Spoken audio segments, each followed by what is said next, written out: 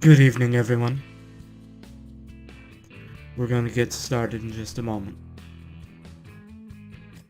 Let's go ahead and move on over to the reading room.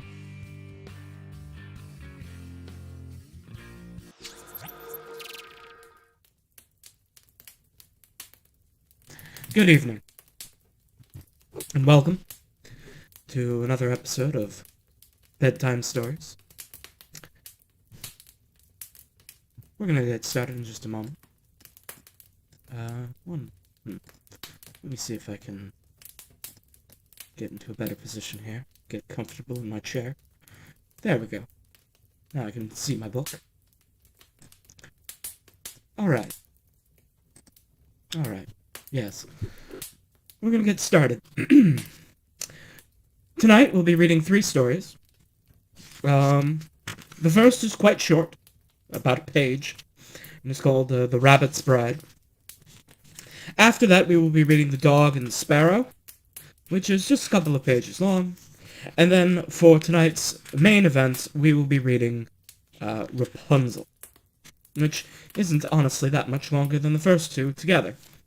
So perhaps we'll see how long we've been going when we reach that point. I see we have a viewer. Hello!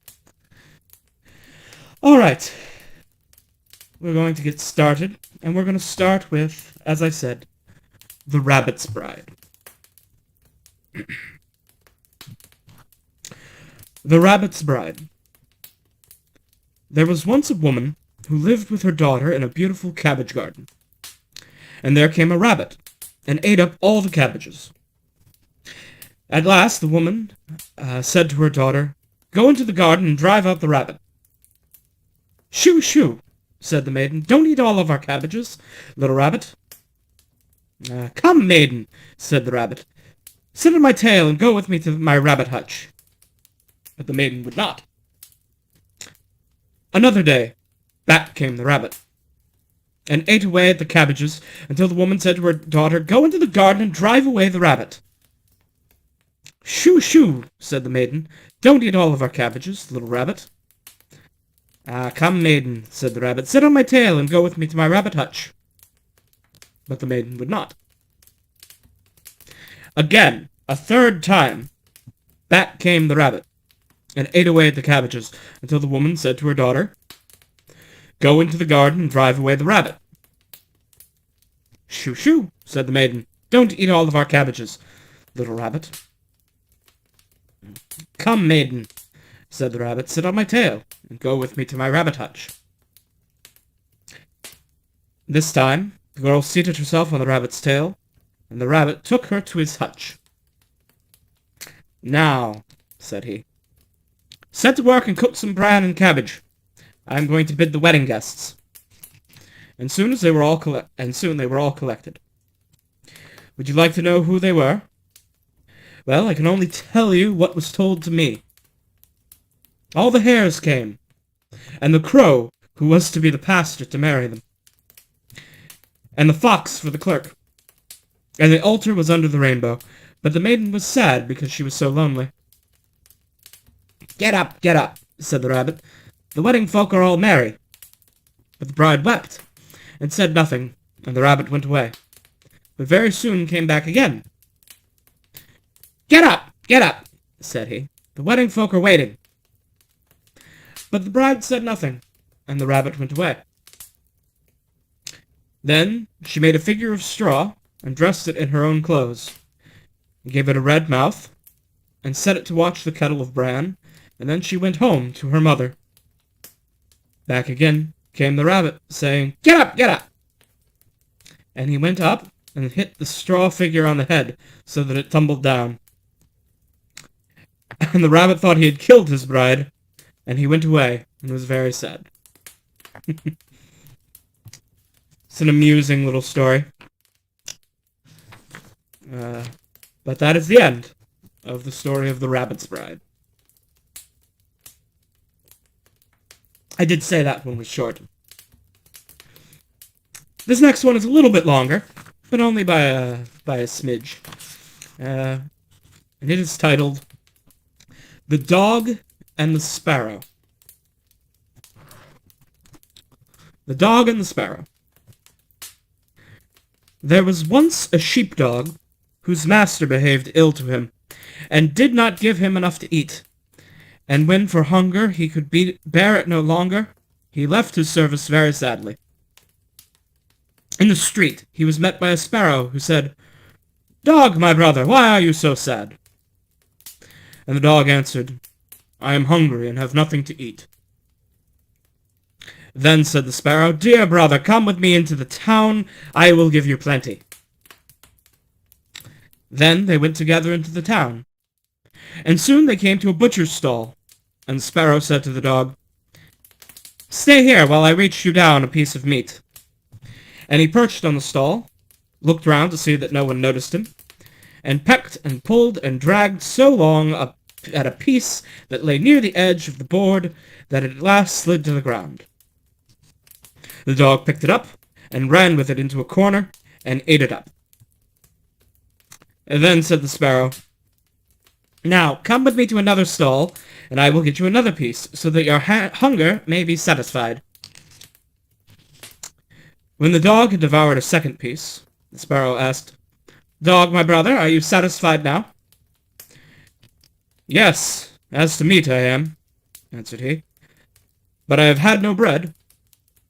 Then said the sparrow, "That also shall you have, come with me."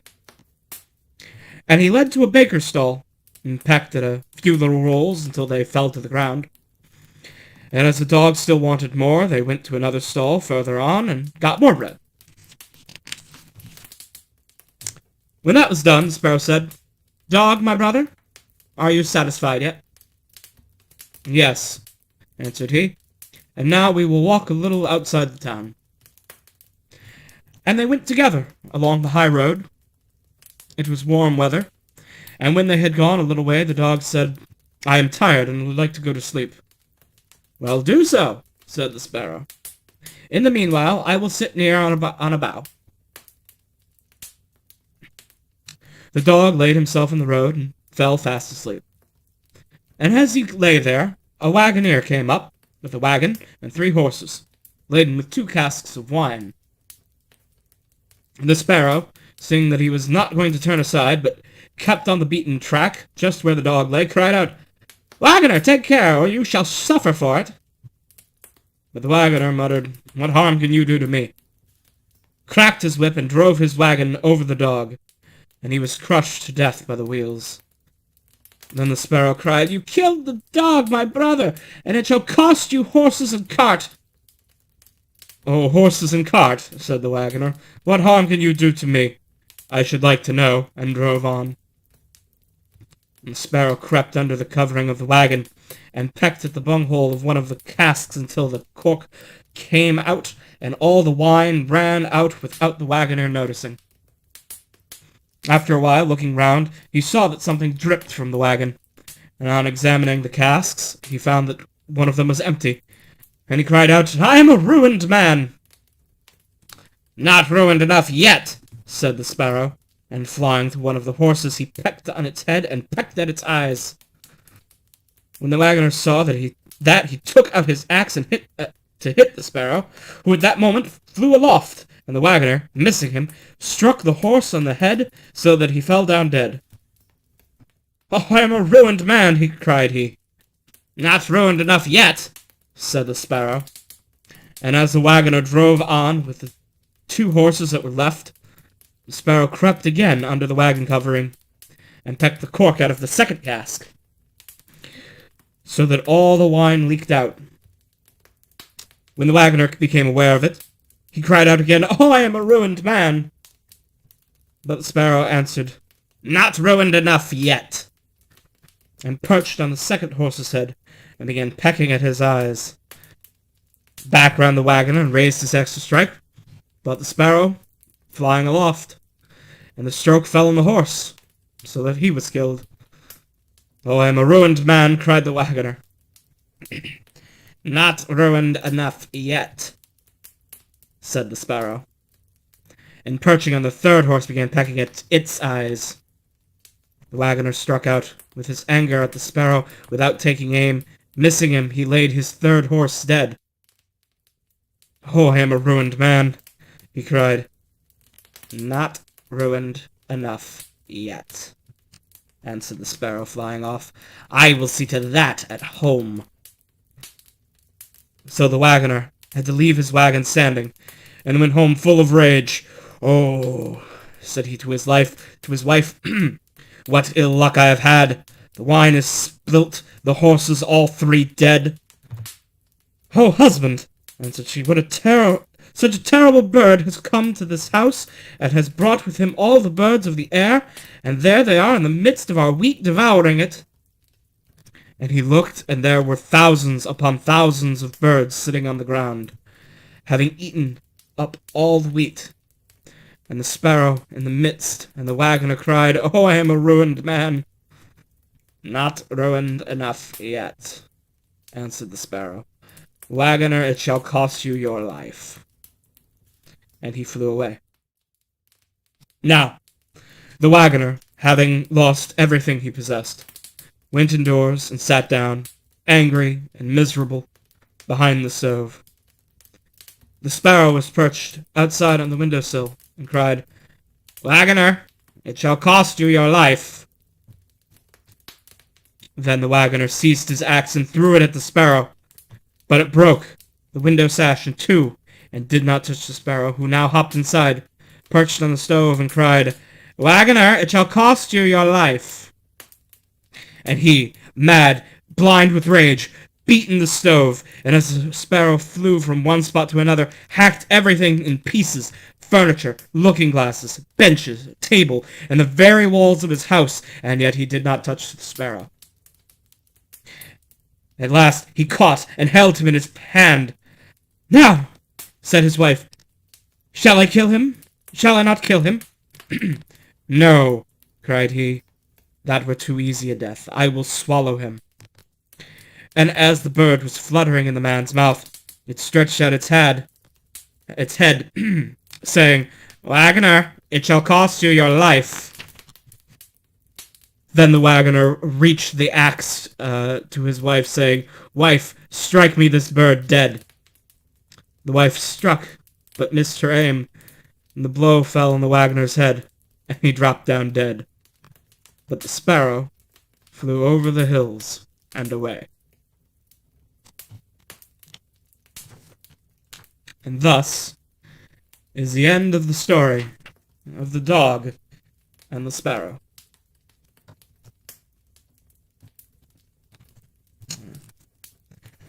Let me take a little sip of my water before we continue.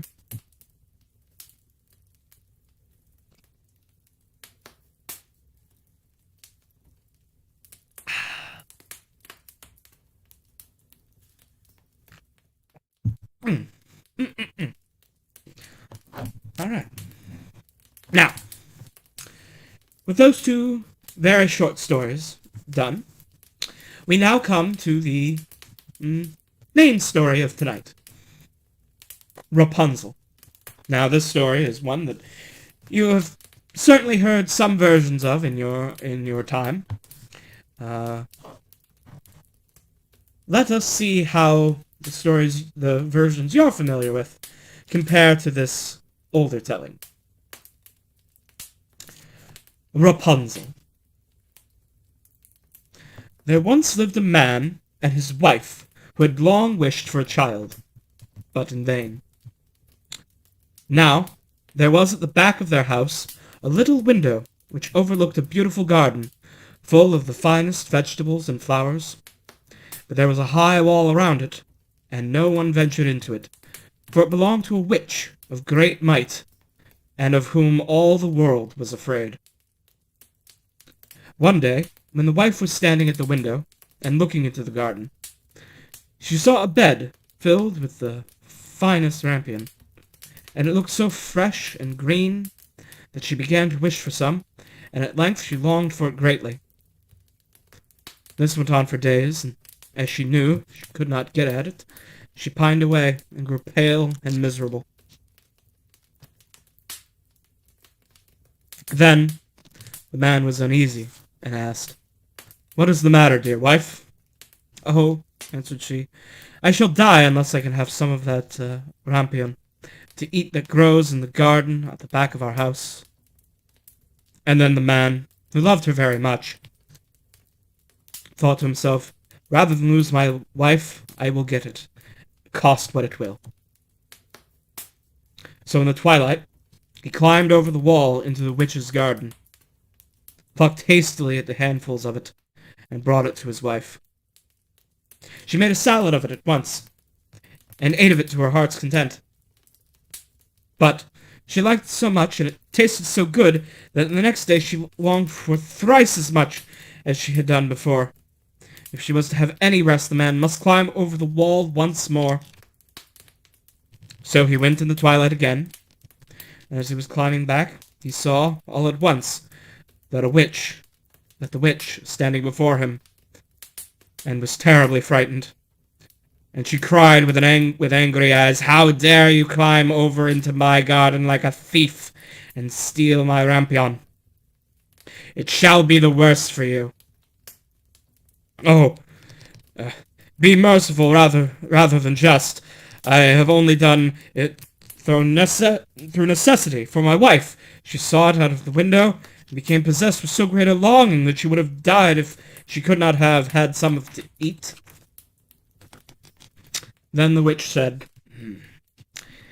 "If it is all as you say, you may have as much as you like, on one condition.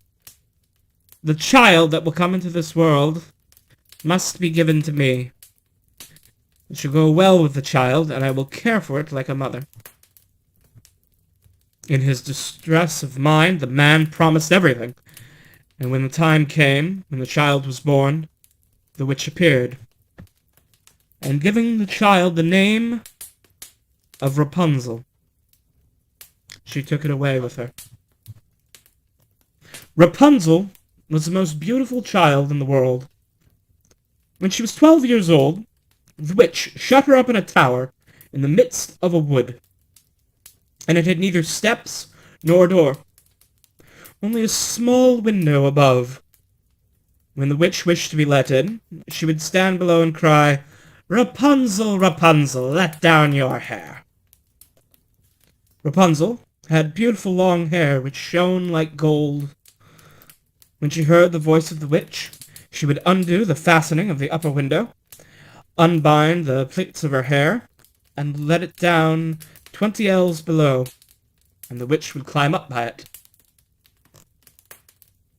After they had lived thus a few years, it happened that the king's son was riding through the wood. He came to the tower, and as he drew near, he heard a voice singing so sweetly that he stood still and listened. It was Rapunzel in her loneliness, trying to pass away the time with sweet songs.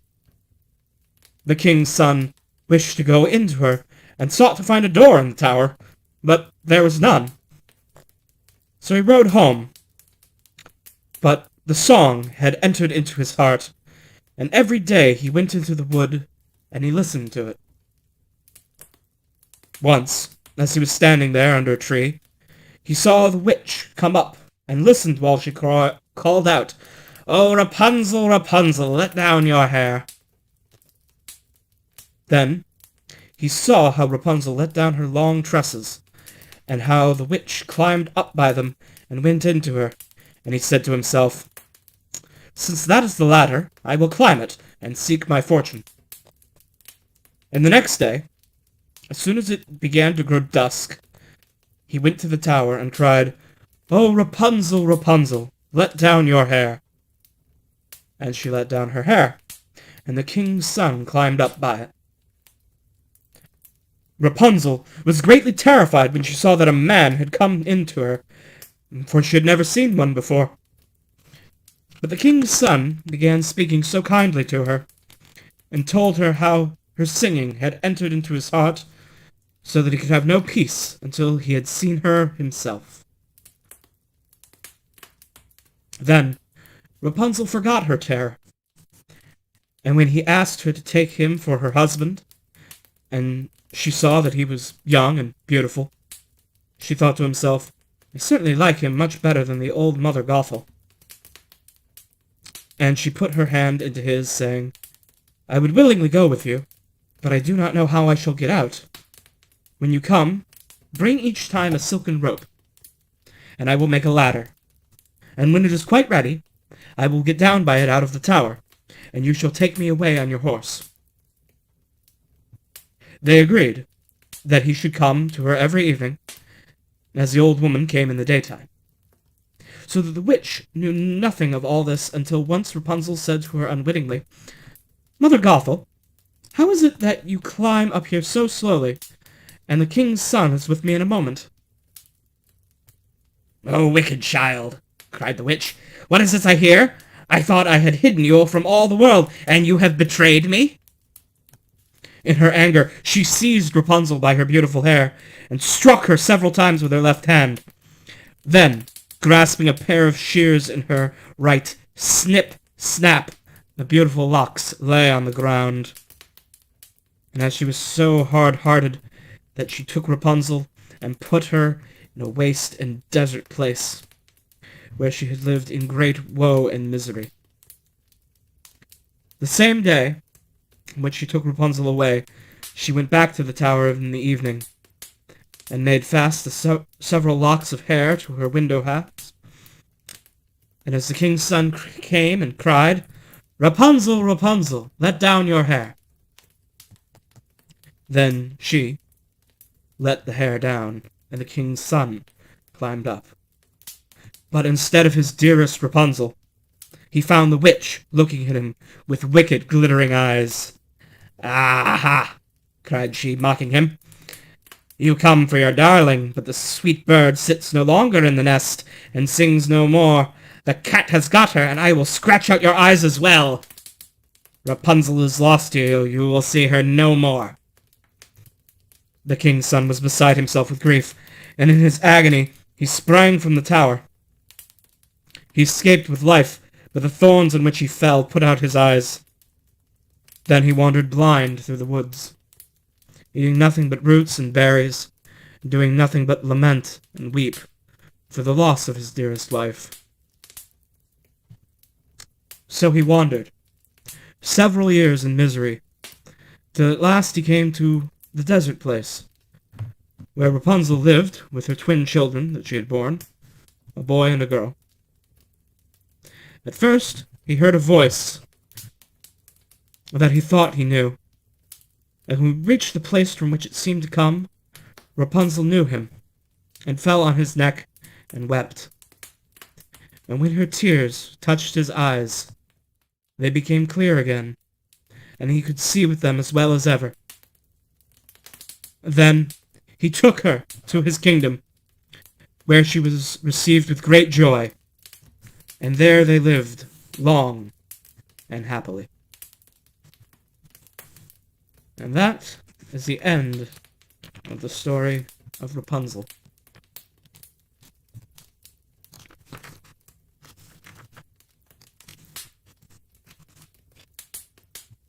Next week,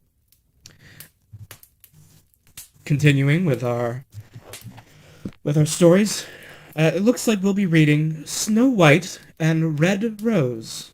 Sorry, Snow White and Rose Red. And also, I think, The Vagabonds.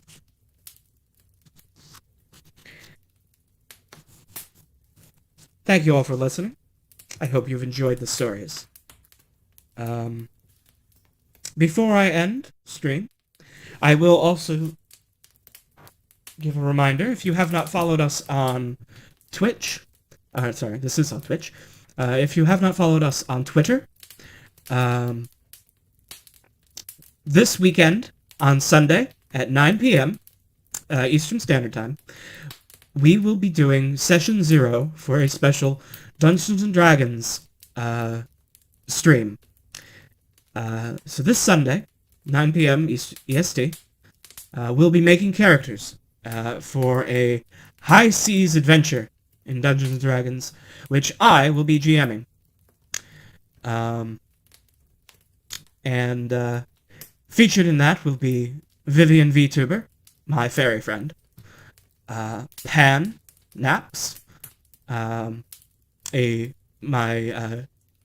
satyr wizard friend, Lux, the vampire, Deeves, the weekend warlock, and not coming to the first session due to scheduling issues, but playing in the campaign at a later time, Zed the Zwid. I hope to see you there, and I hope that everyone will enjoy the game, the D&D series. Thank you for listening, and have a good night, everyone. Sleep well, and pleasant dreams.